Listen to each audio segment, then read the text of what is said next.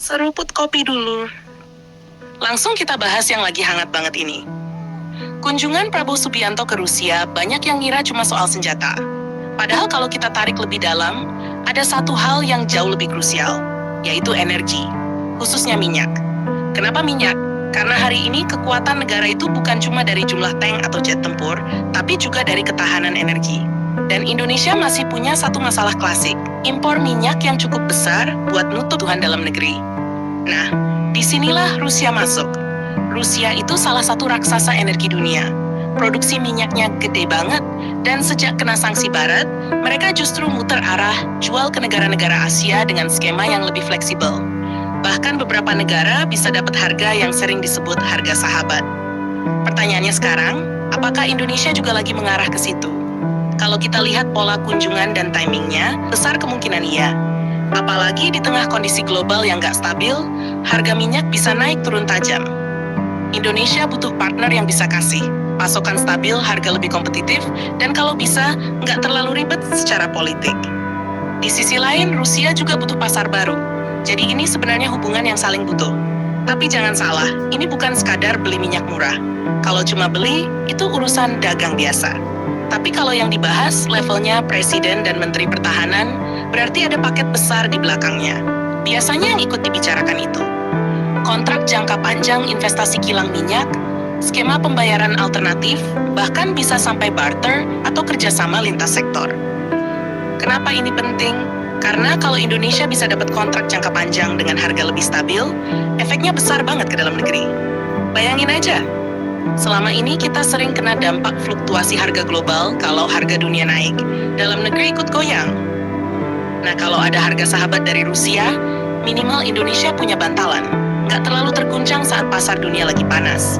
Tapi di balik itu semua, ada lapisan yang lebih dalam lagi, yaitu geopolitik. Indonesia sekarang posisinya lagi di tengah-tengah. Di satu sisi, hubungan dengan Barat, terutama Amerika, lagi menguat. Di sisi lain, Rusia dan Cina juga agresif ngajak kerjasama. Langkah Prabowo Subianto ini bisa dibilang strategi main aman tapi cerdas. Bukan berarti pindah blok, tapi lebih ke jangan bergantung ke satu pihak, punya banyak opsi dan bisa nego dari posisi kuat. Karena kalau cuma punya satu sumber energi, itu bahaya. Sekali ada tekanan politik atau konflik, bisa langsung kena dampaknya. Sekarang kita masuk ke bagian yang sering jadi pertanyaan, apakah ini bakal bikin BBM di Indonesia jadi murah? Jawabannya, nggak sesederhana itu. Harga BBM di dalam negeri itu dipengaruhi banyak faktor. Subsidi pemerintah, biaya distribusi nilai tukar rupiah, dan kebijakan energi nasional.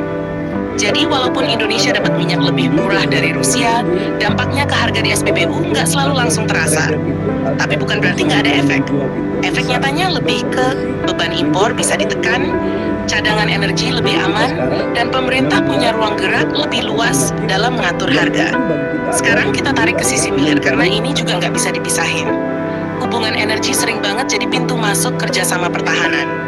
Rusia dikenal bukan cuma sebagai eksportir minyak, tapi juga salah satu pemain besar di dunia alutsista. Jadi bukan hal aneh kalau dalam satu kunjungan, bahas minyak jalan, bahas senjata juga ikut dibuka. Ini yang bikin banyak analis ngelihat kunjungan ini sebagai paket lengkap. Energi dapat hubungan strategis, jalan opsi alutsista kebuka.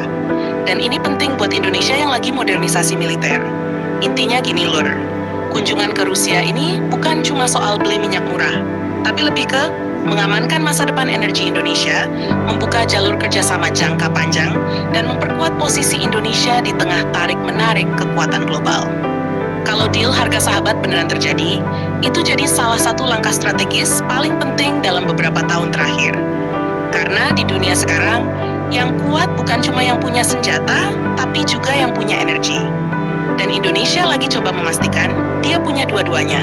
Jangan lupa subscribe, like, dan kedua Shopee.